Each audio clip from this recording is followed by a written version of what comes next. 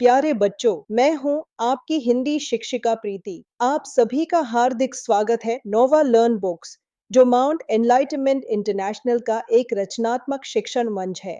आज का हमारा पाठ है चुलबुली बूंद। यह कहानी एक नन्ही, प्यारी और चंचल बूंद की है, जो अपने माता पिता और भाई बहनों के साथ तालाब में रहती है।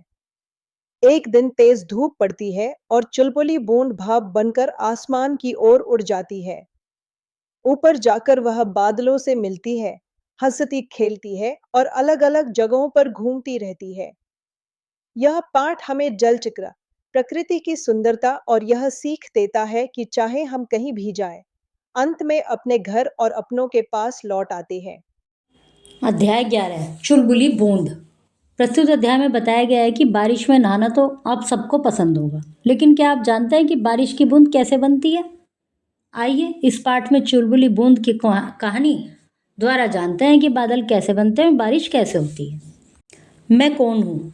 इनके उत्तर दीजिए। मैं सूरज की गर्मी से उड़ जाती हूँ, बादल बन जाती हूँ। तो क्या होती है? भाप। मैं काली घनी होती हूँ, पानी लेकर आती हूँ। बादल। मैं झमाझम गिरती हूँ, सबको भिगो देती हूँ। वर्षा, बारिश। एक थी चुलबुली बूंद। वह एक तालाब में अपने माता पिता के साथ रहती थी। उसके दूसरे भाई बहन भी साथ साथ हिल मिल कर रहते थे, प्रेम से रहते थे। एक दिन सूरज तेज चमका।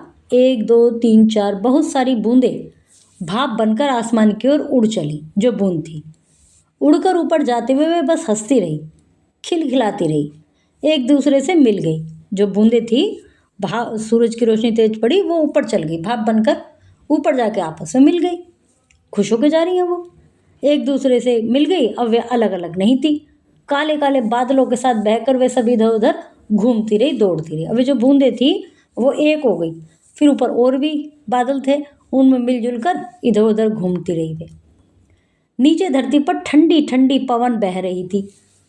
जब सूरज नहीं होता शाम में, तो ठंडी ठंडी ऊपर बादल आ गए थे जिसमें कि, तो ठंडी ठंडी हवा नीचे धरती पर बह रही थी। छोटे बड़े पेड़ पौधे पवन में झूम रहे थे हवा में। मेघा बरसो कहकर नन्हे बच्चे शोर मचा रहे थे कि भी बारिश आ जाए, बारिश आ जाए। मेघा मतलब मेघ होते हैं बादल, बादल बरस जाओ। खुश होकर पानी से भरी दो तीन चार बूंदे बच्चों के ऊपर जा टपकी। पाँच छः सात आठ फिर और बूंदे आई। अब तो बूंदे बरसने लगी, टिप टिप टिप टिप, खूब बूंदे बरसी। चुलबुली बूंद फिर उसी तालाब में आ गिरी, अपने माता पिता के पास। वह अपने माता पिता से बोली, मैं कहीं भी जाऊं पर लौटकर आपके पास ही आऊंगी। बारिश की बूंदें हैं जो नीचे से गई, वो भाप बनकर ऊपर उड़ी, ऊपर जाकर बादलों से मिली, सारे बादल इकट्ठे हो गए।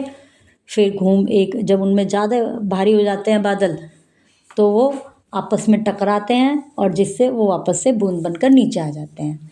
तो इसलिए बूंद जहाँ से गई वहीं वापस आ गई। बरसात के बाद धूप निकल गई, सतरंगी इंद्रधनुष निकल गया।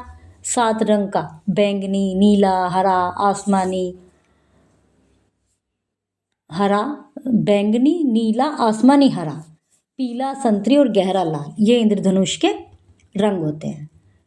बादल बनने में कुछ मिनट से लेकर कुछ घंटे तक लग जाते हैं। ये लंबे और चौड़े किसी भी आकार के हो सकते हैं। बादल बादल पानी की छोटी छोटी बूंदों और बर्फ के क्रिस्टल से मिलकर बनता है। पानी की जो बूंदें होती हैं, जो भाप बनकर ऊपर उड़ गई, वो ऊपर जाकर और ठंडी हो जाती हैं बिल्कुल, और ऊपर जाकर, और फिर वो बर्फ के क्रिस्टल बन जाते हैं। फिर वो आपस में मिक्स हो जाते हैं सारे।